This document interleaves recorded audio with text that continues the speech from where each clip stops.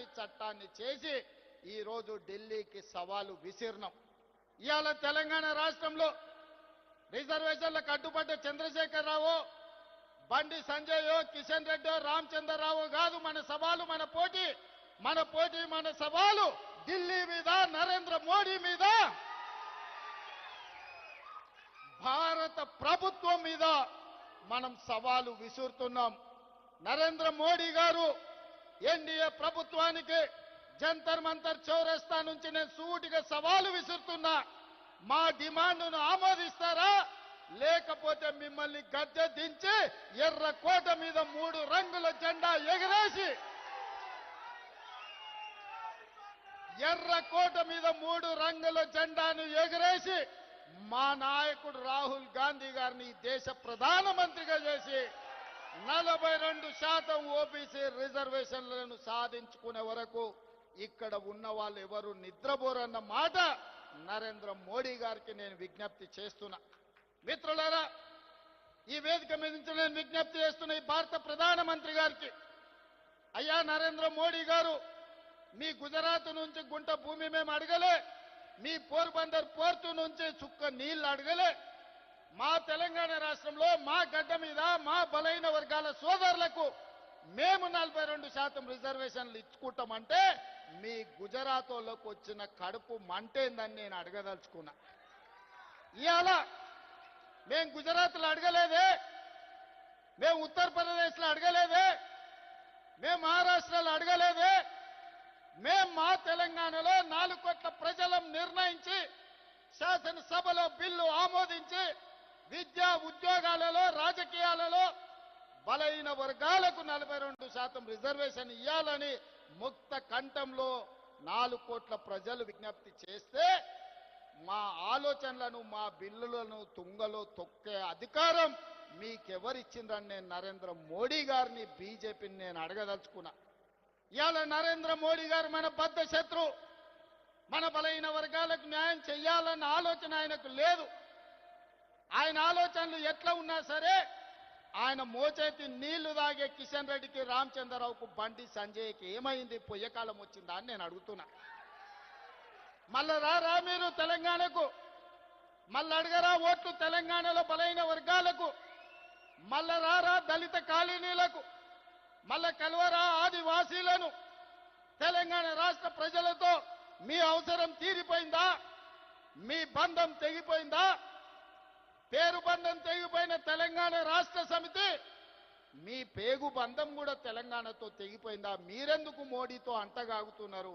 ఇవాళ ఈ ధర్నాకు మీరెందుకు రాలేదు అని నేను బీఆర్ఎస్ వాళ్ళని అడుగుతున్నా. బీజేపీ వాళ్ళు నరేంద్ర మోడీ గారి మోచేతి నీళ్లు తాగొచ్చు, మరి బీఆర్ఎస్ వాళ్ళు మోడీ గారి చెప్పులు మోసి బతుకుతున్నారా? మీరు మాకండగా నిలబడకుండా నిన్న ఓ సన్నాసి మాట్లాడతాడు, ఎన్నికల కమిషన్ కలవనికి వచ్చిన ఢిల్లీకని రేవంత్ రెడ్డి జంతర్ మంతర్ల డ్రామా చేస్తున్నాడు. నేను అడగదలుచుకున్న మా బలైన వర్గాల సోదరులు, అయ్యా మన దీక్ష వాళ్ళకు ఒక డ్రామాలాగా కనిపిస్తుంది. ఆయన పేరే డ్రామారావు. డ్రామా నీ ఇంట్లో ఉంది, నీ ఒంట్లో ఉంది, నీ రక్తంలో ఉంది, నీ పేరులో ఉంది, మీ మొత్తం కుటుంబమే డ్రామాలేసి బతికే కుటుంబం మీది. మాకు డ్రామాలు అవసరం లేదు, చిత్తశుద్ధి ఉంది.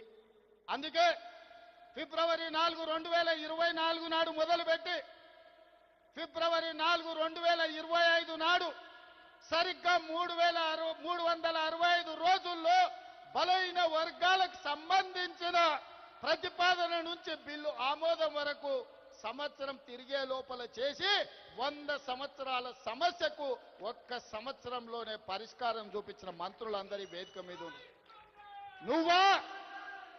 నువ్వా దిక్కుమాలినోడా మా చిత్తశుద్ధిని ప్రశ్నించేది? నీ దిక్కుమాలిన మాటలు, నీ దివాలకోరు విధానం, బండకేసి కొట్టినా 100 మీటర్ల గోతి తీసి పాతి పెట్టిన మీ బుద్ధి మారలేదు, మీ ఆలోచన మారలేదు. అందుకే ఇవాళ మీ ఇంట్లోనే చక్కగా లేరు. ఒకరు బీసీకి అనుకూలం అంటే ఇంకొకరు వ్యతిరేకం అంటారు, మూడోగా ఆయన మధ్యస్థం అంటారు. నేను అటు కాదు, నేను ఇటు కాదు అంటాడు. ఈయన ఈ అటు ఇటు కానోడు కూడా నా గురించి మాట్లాడతాడు. అందుకే మిత్రులారా, ఇవాళ మన చిత్తశుద్ధిని ఎవడు ప్రశ్నించలేడు. ఇవాళ తెలంగాణ మోడలే దేశానికి రోల్ మోడల్ అయింది. ఇవాళ ఈ తెలంగాణ మోడల్, ఈ కులగణన, ఈ జనగణన, ఈ 42% రిజర్వేషన్ దేశ రాజకీయాలలో సునామీని సృష్టించబోతుంది. ఆ సునామీలో ఎన్డీఏ బంగాళాఖాతంలో కలవబోతుంది. నరేంద్ర మోడీ గారు కుర్చీ దిగబోతున్నారు. ఆనాడు గుజరాత్లో జరిగిన దుర్ఘటనలతో అటల్ బిహారీ వాజ్పేయి గారు నరేంద్ర మోడీ గారిని ముఖ్యమంత్రి కుర్చీ నుంచి మారుద్దామనుకున్నాడు. అది సాధ్యపడలేదు. నిన్నగాక మొన్న ఆర్ఎస్ఎస్ పెద్ద మోహన్ భగవత్ గారు ఇంకొక మాట అన్నారు. 75 సంవత్సరాలు పూర్తయిన ప్రతి ఒక్కరూ పదవుల నుంచి దిగాలి. మేము లాల్ కృష్ణ అద్వానీని, మురళీ మనోహర్ జోషి గారిని 75 సంవత్సరాల నిబంధన పెట్టి వాళ్ళని ప్రధానమంత్రులను చేయలేదు. కాబట్టి నరేంద్ర మోడీ గారు కూడా రేపు సెప్టెంబర్ 17కు 75 ఏళ్లు పూర్తి అవుతున్నాయి, వారు ప్రధానమంత్రి పదవి నుంచి దిగాలి అని వారు చెప్పారు. కానీ నరేంద్ర మోడీ గారి పరమ భక్తుడు నిశికాంత్ దూబే గారు ఒక మాట చెప్పారు. నరేంద్ర మోడీ గారు కుర్చీ దిగరు, 2029లో కూడా ఆయననే ఎన్నికల్లో ప్రధానమంత్రి అభ్యర్థిగా ఉంటాడని. నేను ఒక మాట చెప్పదలుచుకునే వేదిక మీద, నరేంద్ర మోడీ గారు మీరు దిగొద్దు కుర్చీ, 2029 వరకు మీరే ఉండాలి.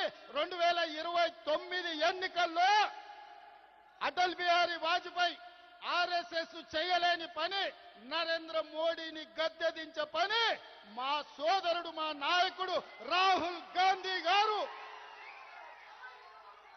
మా నాయకుడు రాహుల్ గాంధీ గారి నేతృత్వంలో మా ప్రతి కాంగ్రెస్ పార్టీ కార్యకర్త దేశం నలుమూలల నుంచి కార్యోన్ముఖులై ఎన్నికల యుద్ధ రంగంలో నరేంద్ర మోడీని ఓడిస్తాం. ఢిల్లీ గద్దె నుంచి నరేంద్ర మోడీని దించుతాం. ఇదే మా శపథం అని చెప్పి జంతర్ మంతర్ సాక్షిగా నేను చెప్పదలుచుకున్నా. నిశికాంత్ దుబే ఇంకొక మాట అన్నాడు, నరేంద్ర మోడీ గారు లేకపోతే బీజేపీకి 150 సీట్లు కూడా రావు అని. నిశికాంత్ దూబే గారికి వేదిక మీద నుంచి విజ్ఞప్తి చేస్తున్నా.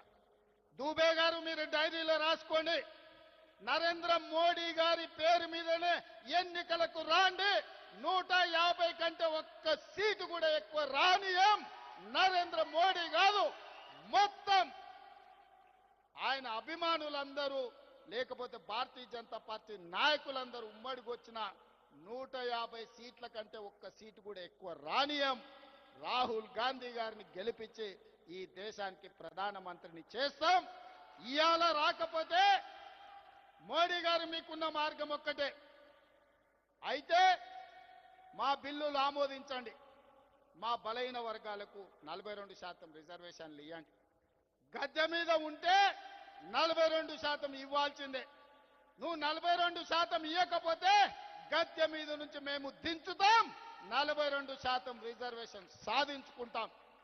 మీరు తెలంగాణ శక్తిని, తెలంగాణ ప్రజల పోరాట స్ఫూర్తిని తక్కువగా అంచనా వేస్తున్నారు.